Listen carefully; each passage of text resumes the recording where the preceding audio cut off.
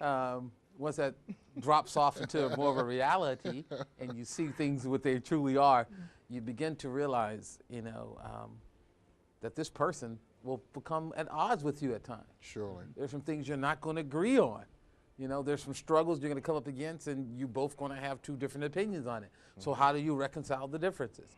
Well, the natural tendency when I was younger, it was I didn't want to reconcile the disagreements. I just wanted to be right and let her be wrong. Right. That's the type of thinking that we do, because that's just how the soul works. But now, after 21 years, I'm learning by the Lord, because I'm still learning. Sure. But I'm learning by the Lord how my wife has been sent to me, not only as a gift from God, Absolutely. but she definitely the Lord uses her to mature me. Mm-hmm. Amen. And I think that's the relational aspect you guys were talking about earlier, how relationships are just so key to the growth process. The thing all of that was beautiful. Mm-hmm. But one thing I would hope people heard, and not the main thing, but one thing I hope they have heard in that is it just took some time. Yes, that's good. It takes some time. We expect so much out of ourselves and out of people who are around us immediately. It takes time. So if you have someone who will be there for you, who has been at this for a while, please take advantage of it. Please, because the things that are because of 21 years of marriage and some time in the Lord before that. It takes time. It does. So we're moving from the nepios to, I believe another Greek word is padion. I'm not a Greek scholar, so I may be mispronouncing the words. Some people call it padion, padion. Doesn't really matter. I just know it's another level as far as growth in the word when it comes to child. Now, at this padion stage, what do you see as the difference between someone who's a young child, like a nepios we were even talking about, needs someone, always need care. You hear them crying quite a bit when they go through things. You're going to hear them screaming, and moving towards the padion. What's the difference in maturity level that you see there in Scripture? Well, that's, it's the, as it was described to some of us, it's the about the age of potty training. And if you just let your mind go and say, well, what did you do with your child when he or she was old enough to be potty trained?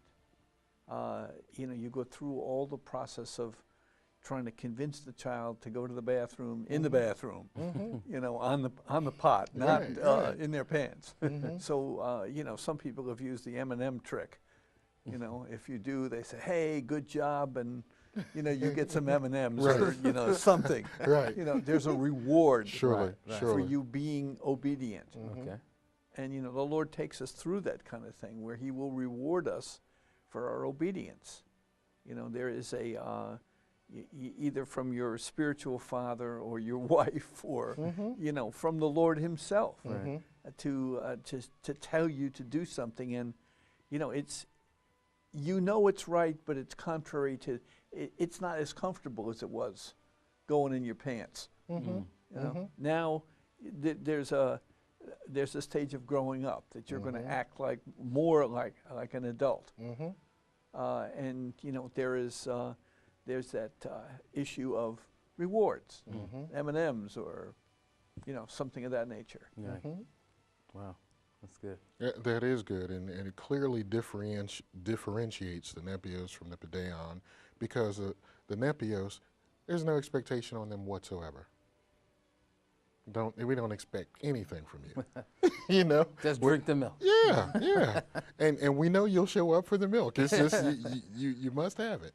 Now there is an expectation, and based on what God is showing the parent, the overseer, what have you, just as there is the reward, the King James uses the word reward for both doing well and punishment. Yes. I have a child, I won't name her because she may see this.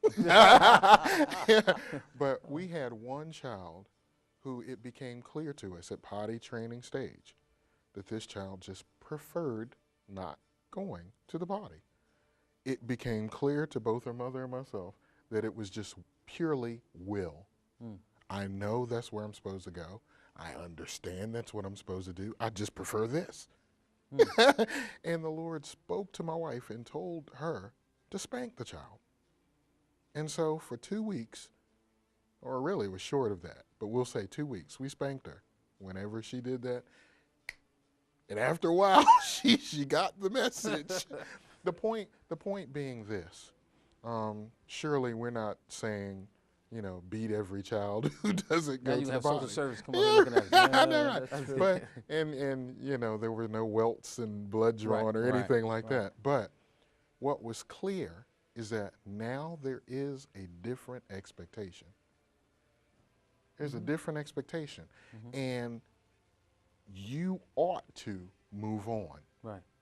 And so, as minimal as the responsibility may be, God will show you at this next stage that you do have a responsibility. And, the punishment, if there is any, would probably be very little because the responsibility is little. Right. However, it's not the same as when you were a Nepios. You do need to move on. Right. And so God will show you that. So you're slowly learning responsibility. It requiring you to be accountable Absolutely. to a degree. You're learning that not only responsibility, but with the responsibility coming accountability. That you have to be accountable for your actions, which to me is a great part of the growth process. Amen. I don't see how anybody can grow without being responsible and being accountable. Those two are key, and that's what I heard in your story, Ernest. You have something you want to say, John? Yeah, I think that this is very important to be able to trust us with more.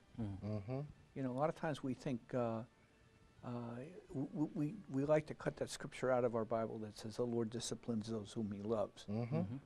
Or we reword it or rethink it or something. But He does discipline us, but it's not out of punishment to us. Right. It's that He loves us and He wants us.